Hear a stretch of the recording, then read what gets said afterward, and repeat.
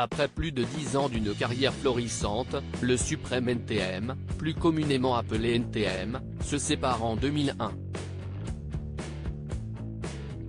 C'est en 1989 que Bruno Lopez, alias Cool Chain, et Joey Starr, de son vrai nom Didier Morville, forment le duo qui a marqué les débuts de l'émergence du hip-hop français.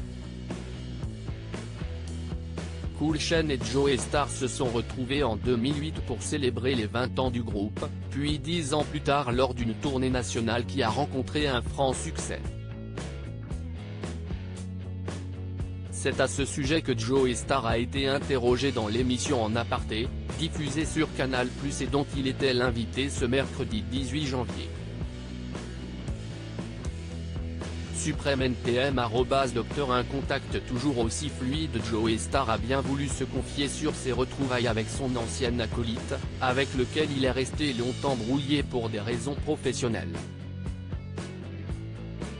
Bien qu'ils ne se soient pas revus durant de nombreuses années, ils n'ont rien perdu de leur entente et leur complicité sur scène. On n'a pas mis 10 ans. On a mis 10 minutes. On ne s'est pas vu pendant 10 ans mais on a mis 10 minutes, a déclaré l'ex de Karine Le Marchand. Et d'expliquer, l'équation, elle était simple. C'est-à-dire qu'on va en répète, on ne s'est pas parlé depuis un moment, on met Seine-Saint-Denis style, et si l'interaction, elle n'est pas là, bah on remballe et on rentre chez nous. Joey Starr a ajouté que la magie avait immédiatement opéré entre eux, comme s'ils ne s'étaient jamais quittés. Sincèrement, ce n'est pas du flan, quoi. C'est, vraiment, on rentrait dans la pièce, ça faisait un moment que l'on ne s'était pas vu.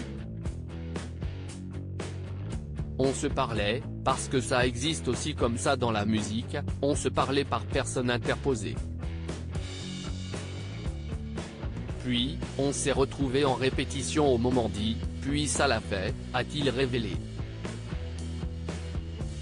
Une question qui dérange à l'issue de ces déclarations, Nathalie Lévy, la journaliste et voix off de l'émission, a alors voulu en savoir un peu plus.